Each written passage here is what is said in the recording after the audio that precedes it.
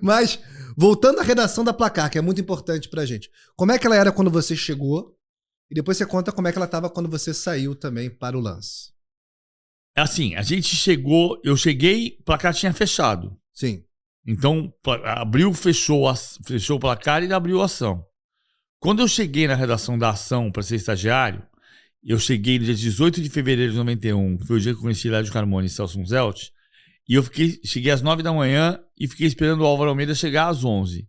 E no meio disso chegou o Divino Fonseca, que fechava a Placar com edição temática.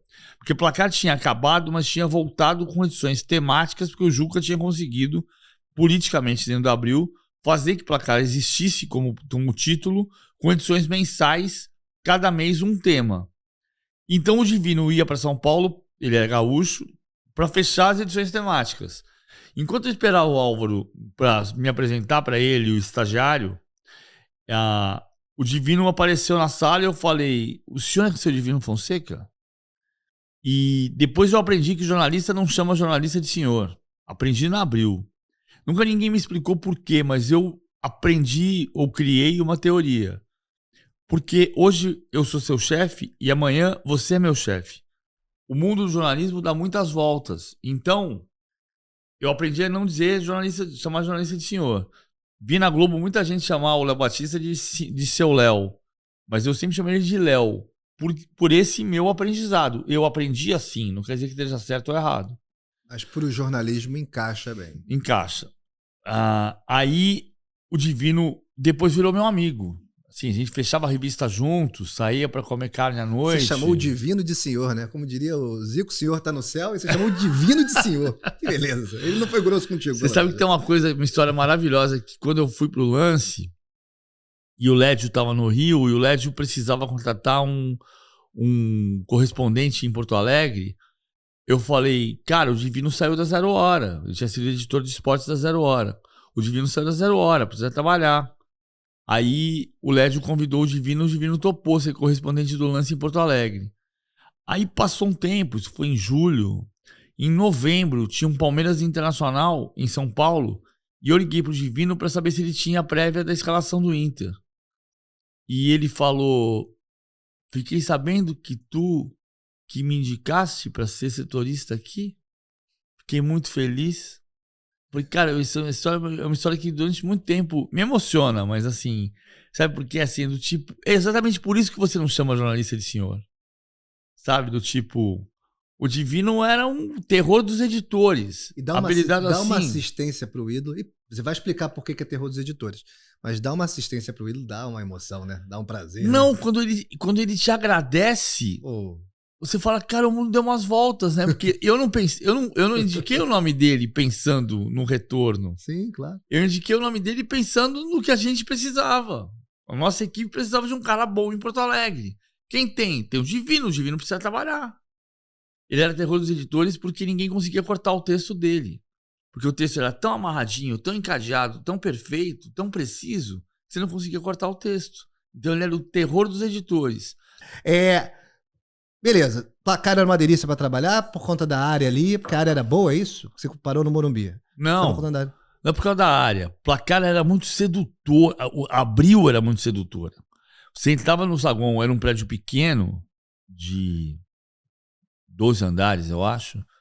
Mas assim, você entrava no saguão, você via, não todos os dias, mas você via ministro da Fazenda, modelo da Playboy, você via Carlos Maranhão, Juca Kfouri, você via figuras do esporte também. Do esporte, você via gente passando ali de todo tipo, você passava ali, cara, era um lugar muito legal. Uhum. Era muito sedutor trabalhar na Abril. E a Abril era uma empresa que pagava muito bem, que dava uma noção de ética, com perdão da expressão, fudido, que é uma coisa que a gente está perdendo. No sentido de, a gente aprendeu a fazer jornalismo com uma separação igreja e Estado. Ou seja, o comercial vendia e você fazia o conteúdo.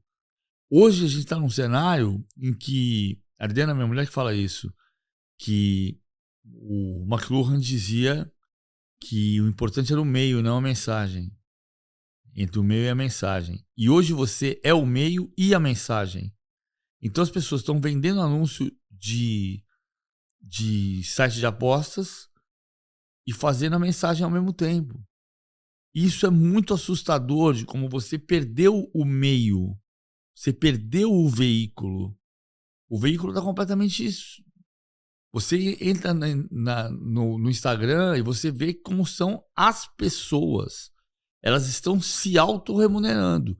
Mas isso gera, para um jornalista, isso pode gerar conflito de interesse. Do tipo, se eu vier aqui vestido com a camisa da Puma e eu descobrir que a Puma pagou propina para renovar o contrato com o clube, eu publico ou não publico? Aí outro dia eu falei isso para minha filha, minha filha falou assim, você vai rescindir o contrato, você vai perder o furo de reportagem. Eu falei, Bruna, mas o furo de reportagem, a informação exclusiva, não é para mim. É claro que é minha vaidade, mas não é para mim, é para a sociedade. Mas não sempre teve esses interesses comerciais representados por um departamento maior, por uma coisa maior? E vou trazer meu pai, o Francisco Barbosa, da Boa Rádio Tupi, trabalhou 20 anos na Rádio Globo, como comunicador na rádio. Ele falou que foi o lugar que teve mais liberdade para trabalhar. Enquanto não ter liberdade para bater onde ele quisesse. Mas você não concorda que já tinha limites ali, já tinha formas, ou aumentou muito mais? Qual é a sua análise disso? No rádio, o rádio sempre foi um veículo diferente dos jornais. A verdade é que o jornalismo sempre foi uma profissão amadora, entre aspas, amadora do mal, até 69, quando foi regulamentada. E mesmo depois de 69, o rádio foi um veículo muito mais promíscuo do que os jornais e revistas. Uhum. Promíscuo no sentido de que o radialista sempre fez merchandising, sempre fez jabá. Né? Então, sempre fez. De dizer um abraço aqui pro fulano, porque depois ele ia no restaurante do Lelis para comer um negócio, de graça. No jornalismo esportivo é mais comum do que no outro. No rádio. Mas no rádio, no esportivo é mais comum do que nos outros. No rádio, sim, é mais comum do que na TV, sim, e é mais comum do que no jornal e na revista. Sim, sem dúvida. É? Até pelo espaço, né? Então, aí você faz assim. Você sabe a história do Chateau, o livro do Samuel Weiner, Minha Razão de Viver, conta que um dia o repórter entrou na sala do Chateau e disse: Chateau, doutor, meu salário não caiu esse mês. E o Chateau responde para ele: como assim, meu filho? Você não recebeu ainda a carteirinha dos Diários Associados? Como quem diz, com a carteirinha dos Diários Associados você faz almoço grátis. Só que você não faz almoço grátis, porque não existe almoço grátis. Se você fizer almoço grátis com o presidente da República, o presidente da República vai pedir para você cobrar um negócio para ele. Então você vai ficar amarrado. E relação com fonte é a coisa mais difícil que existe para um jornalista. É fio da navalha, é aqui. Relação com fonte é fio da navalha. Quando você começa, você está aqui. Tele Santana não te conhece. Aí você vem, o Zico não te conhece. Aí você vem para cá, e você vai tomar um café com o Zico. Semana seguinte você almoça com o Zico. Na terceira semana você janta com o Zico, toma um chopp com o Zico. Aí o Zico entende que você é amigo dele. E na semana seguinte você dá uma porrada no Zico porque jogou mal. Aí ele fica puto com você e você volta para cá. E essa relação, ela balança. Ela sempre balança. E qual é o papel do jornalista que sabe que essa relação vai balançar? Porque ele precisa de uma boa relação profissional com a fonte e, ao mesmo tempo, ele precisa ter isenção para fazer a informação certa para o leitor, que é o verdadeiro amigo dele.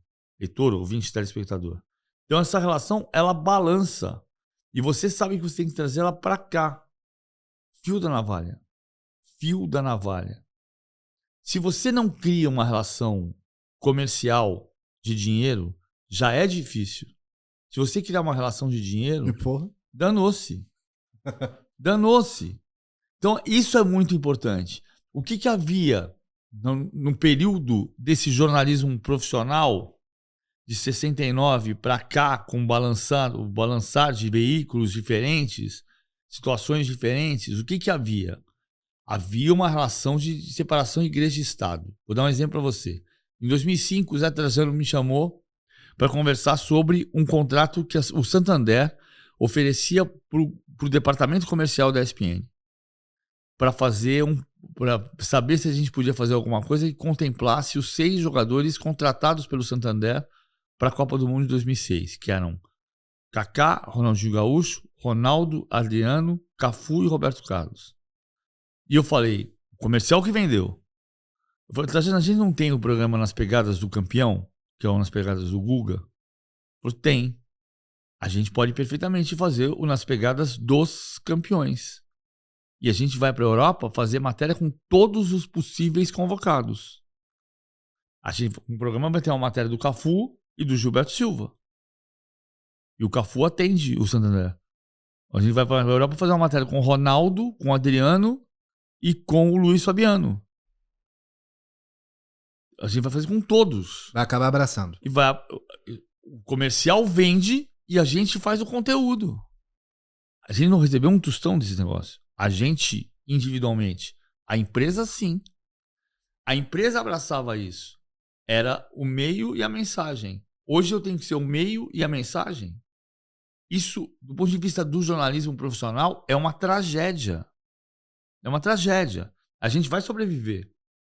E a outra tragédia é as pessoas falarem que é entretenimento.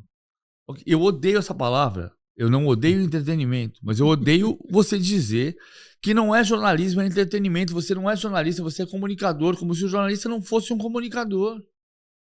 O Faustão é um jornalista comunicador, que deixou de fazer jornalismo e foi fazer comunicação de outro tipo. Ok. Mas quando você faz jornalismo, você também faz comunicação. O que me entretém? Ver o Jornal Nacional. O que me entretém? Ler um livro. O que me entretém? Ver um jogo. O que me entretém? Ir ao cinema. O que me entretém? Ler uma matéria boa, matéria de revista. Isso tudo é entretenimento. Entretenimento é tudo. É igual outra palavra vazia que é interessante. O fulano de tal é um jogador interessante. Ele é bom ou ruim? Interessante não quer dizer nada. Até liga interesse. Entretenimento. Né? Liga outra palavra que às vezes tem outro caminho que você não Entretenimento não quer dizer nada. Porque tudo pode te entreter. Ir a um parque de diversões pode ser entretenimento. Ver o Jornal Nacional pode ser entretenimento. Sim. Tomar um copo d'água pode ser entretenimento. Sim. E na Abril havia eu vi. Na Abril havia essa distinção e vocês trabalhavam assim. E foi um período rico também de público, né? Vendia pra caramba placar nos anos 90 também. Não. Não? Parou de vender? Não, placar tinha fechado em 90. Porque não vendia. Mas ficou a década interativa. Tá, aí placar saiu de 40 mil de média em 91 para 120 mil de média em 94, depois da Copa do Mundo. E aí a editora cresceu os olhos e quis fazer uma revista monstruosa, que é aquela revista do futebol, sexo e rock and roll, que foi um fiasco, embora tivesse muito sucesso, muita coisa boa ali dentro. Mas tinha um projeto megalomaníaco que não deu certo. E aí diminuiu o tamanho da revista rapidamente, em 10 meses. Acho que 8 meses. O negócio é ficar naquela, né? Na boa, né? Não, negócio de ação, futebol, sexo, rock and roll. Não, vamos ficar na boa. Fica placar aqui. Placar tinha uma coisa. Uma vez a gente saiu da edição da... Placar tinha um diretor de arte chamado Anjinho, Walter Mazzucchelli. Que um dia a gente saiu e estavam colocando uma plaquinha no saguão do 8º andar, escrevendo super interessante pra cá, placar pra lá. O Anjinho falou assim: não, para com isso, não põe essa placa, vão descobrir a gente. Mas é isso. Isso diz muito sobre fazer a profissão pela paixão pela profissão e fazer pelo oba-oba ou fazer pelos outros interesses, né? Que infelizmente tem, até no jornalismo tem muita gente pelo... tem um glamour, você aparece, você fica famoso, tem um glamour, né? Mas assim... os melhores vêm pela paixão de sempre, acredito eu. E graças a vocês e ao It's a Go, que a gente traz esse conteúdo de qualidade no Jogo Onde, com grandes convidados. Você conhece o It's a Go? Você gosta de Premier League, La Liga? Você gosta de Champions? Você gosta de colunistas de qualidade? Né? Temos Mauro Betting, temos o Baran por lá escrevendo, e você também pode escrever o seu artigo e mandar para o It's a Go, beleza? A gente tem aqui o QR Code, beleza? Aqui? Será que é aqui? Vem com a gente!